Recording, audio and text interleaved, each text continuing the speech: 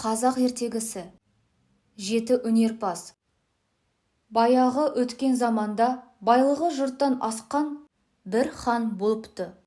Бұл ханның ұлы болмапты. Жалғыз-ақ ай десе аузы, күн десе көзі бар, Қаншайым атты бір қызы болыпты. Қыздың сұлулығы сондай, қараған адам есінен танып қалады екен. Күндердің бір күнінде Қаншайым қыз 40 қыз нөкерімен сейіл құрып, суға түсуге барады. Суға түсіп бола берген кезінде Қаншайымды көктен бір қарақұс келіп көтеріп әкетеді. 40 қыз шулап қала береді.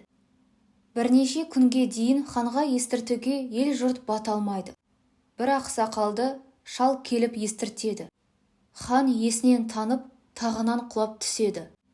Ел жұрты кетіп, тыныштық үйде хан есін жиып, бақсы балгер қожамолда жинайды. Қызды олардың бірі де біле алмайды. Бәрінен де жәрдем болмайды. Тек ханның уәзірі Назар келіп, ханмен ақылдасып былай дейді: мұхиттың ар жағында балықшы Сәлім деген бар. Оның 7 өнерпаз баласы бар. Бір тапса солар табады. Жаныма 500 әскер қосып беріп, темірден кеме соққызда мені соған жібер. Хан табанда барлық айтқан керегін дайын қылып, бас уәзірді аттандырады. Назар сумен жол жүріп, бір айда аман сау мұхит теңізінің ар жағындағы Сәлім шалға жетеді. Барса, 7 өнерпаз балалары жоқ. Шалдың өзі ғана отыр екен. Сәлім шал әскермен келген Назардан қорқып кетеді. Назар уәзір Сәлім шалға мән жайының бәрін баян етеді. Ханның алтын мөрін басып, өтініп жазған хатын береді.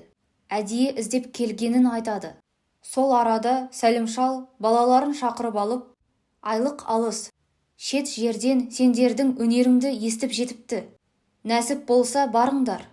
Егер тапсаңдар, дүние мүлкімен қызын береді. Өнерді ішке сақтамай сыртқа шығарыңдар, дейді. Сонымен 7 өнерпаз ханның бас уәзірі Назарға еріп жүреді. Болар бірнеше күн жол жүріп, 1-2 күн қалғанда сүйінші сұрауға Назар ханға бір кісі жібереді. Ол барып сүйінші сұрағанда хан аямай сүйінші беріп, алдынан 500 ошақ қаздырып той жасайды. Аман-сау 7 өнерпазды алып Назарда келеді. Хан 7 өнерпазды көріп қатты қуанып, бала қайғысының бәрін ұмытқандай болады. Бірер күн тыныққан соң, хан қасына 7 өнерпазды ертіп, баяғы қызды көтеріп әкеткен қарақұстың қасына келеді. Қарақұс аспанға ұшады.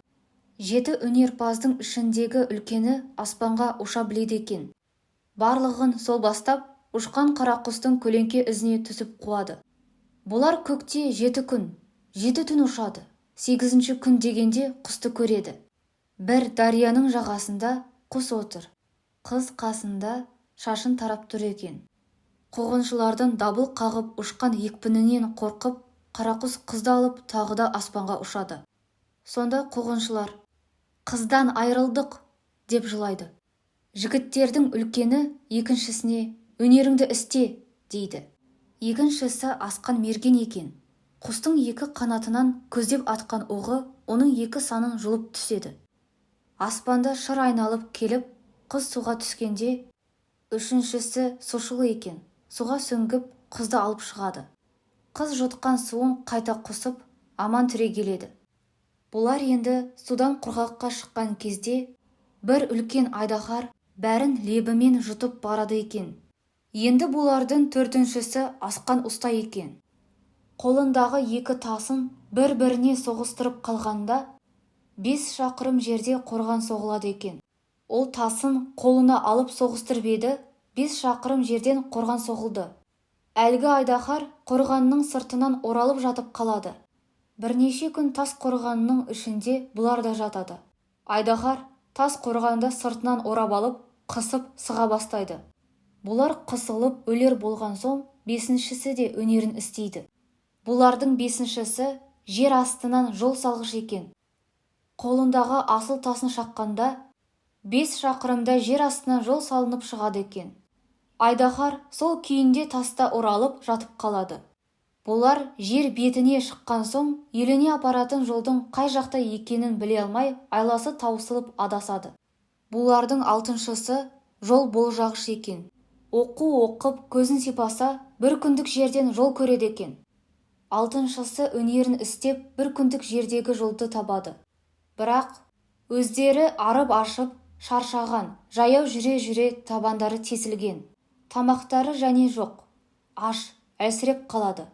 Жетіншісі тағам жасағыш екен. Қойнындағы бір асыл табағын алып, жолдастарын күніне 3 мезгіл тамаққа тойдырып отырады. Бұлар бірнеше күн жол жүріп, ханның ауылына жетеді. Бәрі де аман. Ханшайым қызды да аман алып келеді. Сонан соң хан ат шаптырып той істейді. Хан ел жұрты болып 7 өнерпазға қатты риза болады.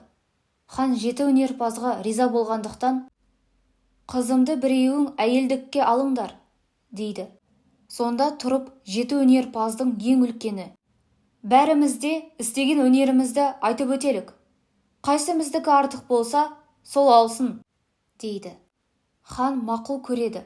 Сонда ең үлкені тұрып: бұл қызға менің істеген өнерім бәрінен басым. Мен болмасам бұл қыз жоқ еді, деп 7 күн қарақұстың ізімен аспанда ұшқанын айтады. Сондықтан қыз маған тиісті, дейді ол.